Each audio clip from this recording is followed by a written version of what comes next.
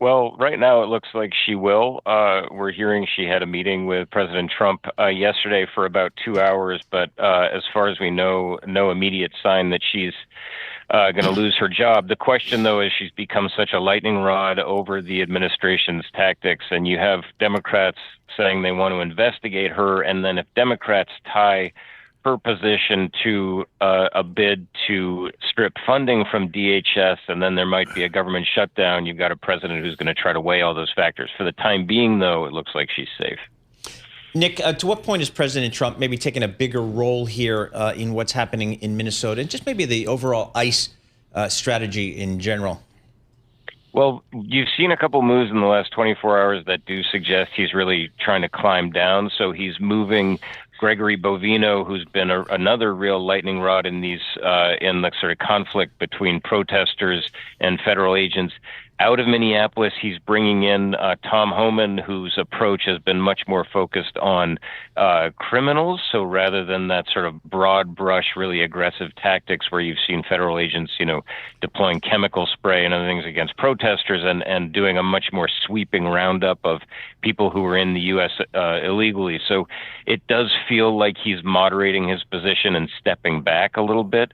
He also really wants to keep the focus on his agenda on affordability, for example. He's trying to bring that, take that term from the Democrats, and he's headed out to Iowa today to deliver that message. So he does not want this to continue to be such a big issue. We welcome all of you across the nation. Good morning, good chilly morning. Nick Wadhams from London today, Bloomberg News national security reporter. Good morning on digital YouTube. Paul tells me people just listen on YouTube. I didn't know that. They listen, they watch, they tune it in, they listen in the car. Thank you. Good morning on YouTube, Bloomberg podcast. Nick, I want you to talk about, in the old days, there was the military and there was the police and there was a real sharp J. Edgar Hoover demarcation. Are we becoming a nation where we have 28 flavors of military?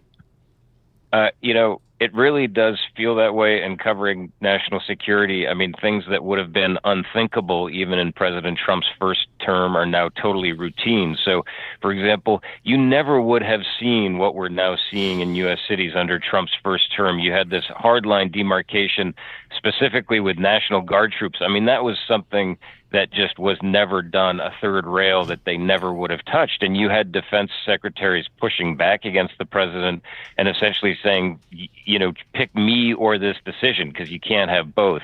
Now you have a Pentagon that is much more willing to see itself as an arm of President Trump's immigration push. You have the Department of Homeland Security willing to go much farther. So it's just a completely different situation than it was before. With all you know, Nick, and with the resources of Bloomberg News, is ICE trained, particularly with firearms? I mean, I sound like my father, NRA life member. I mean, Nick Wadhams, are they trained with these guns and the ammunition they place within them?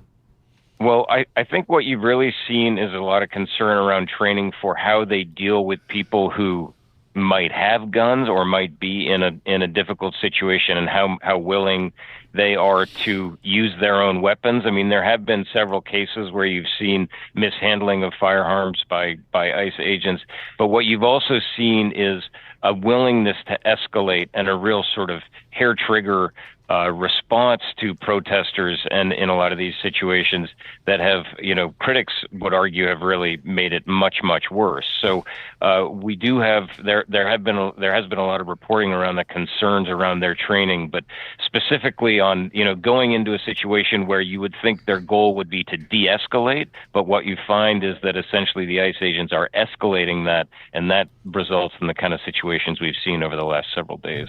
Nick, do we have any more clarity in cities such as Minneapolis and maybe others as to the relationship between ICE agents and local law enforcement? Well, there has been, unlike in the past, what we've seen is a real sharp divide there, where local law enforcement in some ways is often taking the side of the protesters or working much more closely with state officials.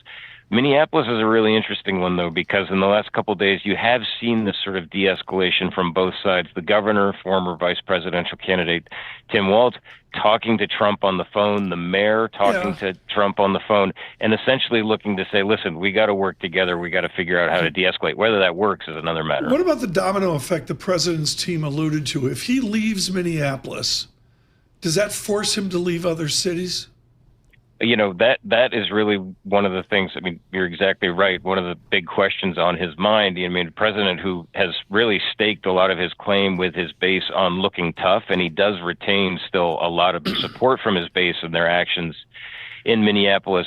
I think what you'll see, though, is they leave, they look to de-escalate the situation, but he's not going to characterize it that way. They will be able to say in some ways that they've done what they set out to do in Minneapolis, and now they're going to be looking at other cities. But more broadly, I don't think you're going to see this campaign against irregular migrants in U.S. cities back down in any way.